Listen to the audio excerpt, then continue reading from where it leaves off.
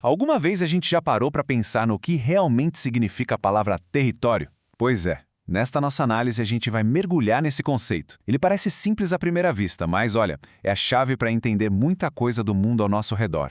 Vamos lá. Quando essa palavra surge, o que vem à cabeça? Talvez as fronteiras de um país, o mapa de uma cidade? A gente vai ver que a resposta é muito, mas muito mais profunda e interessante do que parece.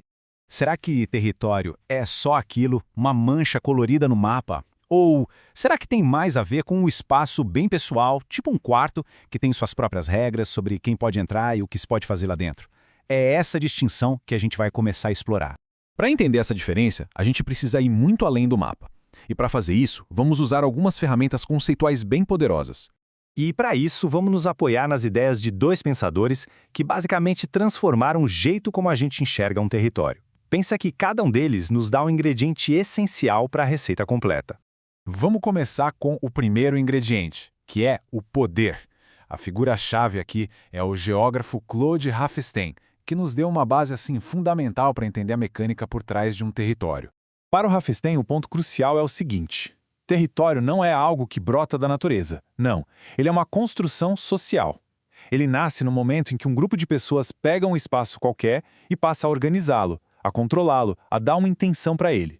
E esse exemplo aqui ilustra a ideia de um jeito brilhante. Pensa numa quadra vazia, é só um espaço. Mas no instante em que umas crianças chegam, marcam os limites do campo de futebol e criam as regras para o jogo, pronto. Aquele espaço virou um território. Ele foi apropriado e organizado.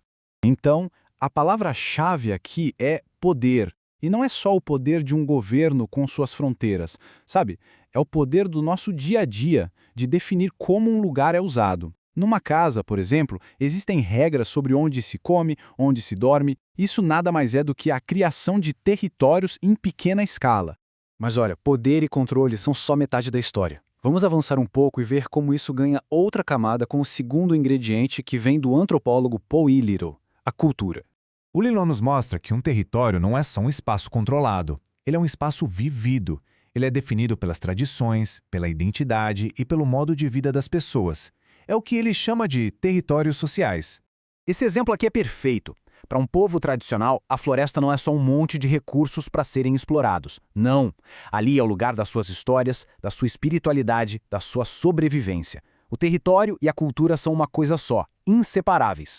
E o mais interessante é que o mesmo espaço físico pode abrigar territórios completamente diferentes. Para uma pessoa em férias, a praia é um território de lazer. Já para um pescador que vive ali há gerações, ela é um território de trabalho e de identidade cultural. O espaço é o mesmo, mas os significados, esses são outros.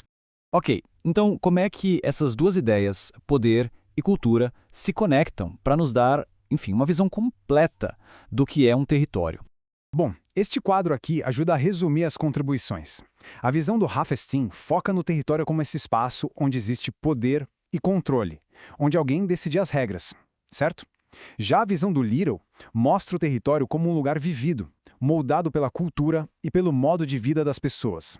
Simplificando bem, a gente pode dizer que o Haffestein nos ajuda a entender a mecânica, o como um território é formado, que é através do poder, e o Little nos dá o significado, o porquê aquele território é importante, através da cultura e da identidade.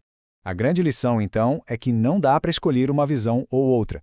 Um território é sempre as duas coisas ao mesmo tempo.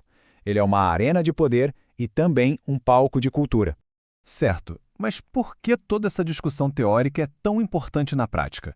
No fim das contas, para que serve entender tudo isso? A resposta está aqui.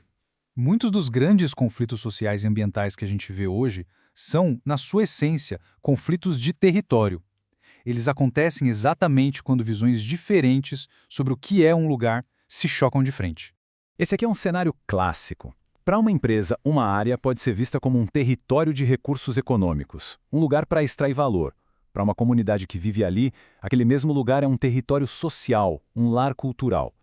Quando essas duas visões se encontram no mesmo espaço, o conflito é quase inevitável. E é por isso que essa definição importa tanto. Reconhecer que existem múltiplas formas de se relacionar com o espaço é o primeiro passo e o mais crucial para mediar esses conflitos de uma forma mais justa e garantir o direito de diferentes grupos aos seus territórios. Mas para a gente não achar que isso só se aplica a grandes disputas, tem uma última ideia que traz tudo isso para a nossa experiência de todo dia. É um conceito de multiterritorialidade proposto por Rogério Heisbart. A ideia é que a gente não vive em um território só, mas em vários ao mesmo tempo. A nossa casa é um território com suas regras, o ambiente de trabalho é outro, com sua própria dinâmica, até os grupos de amigos formam territórios sociais diferentes. Isso nos leva a uma reflexão final. Cada lugar que a gente habita no dia a dia, seja físico, como a casa e o trabalho, ou até digital, como uma rede social, é um território, com suas regras, sua cultura, suas relações de poder. A pergunta que fica no ar é: por quantos territórios diferentes a gente passa todos os dias? Entender isso é começar a sacar a complexa teia de poder e significado que define a nossa experiência no mundo.